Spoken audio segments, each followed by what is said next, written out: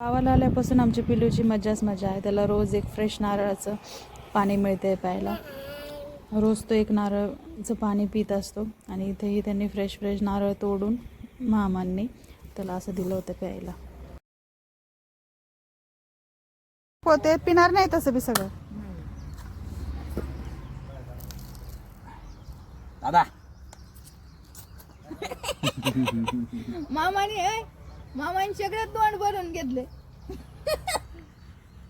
कारण नाकन दाढीन पिढीत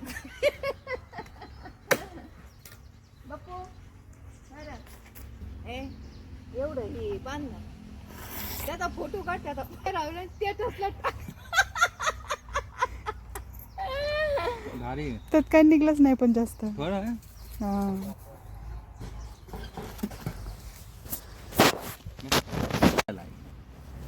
अबे टोपो पप्पी नको घेऊ रे. टोपो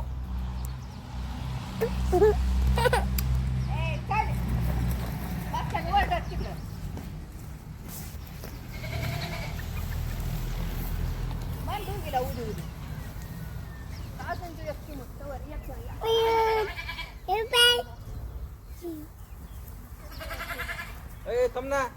आलो 2 मिनिटं. काय झालं दाद्या?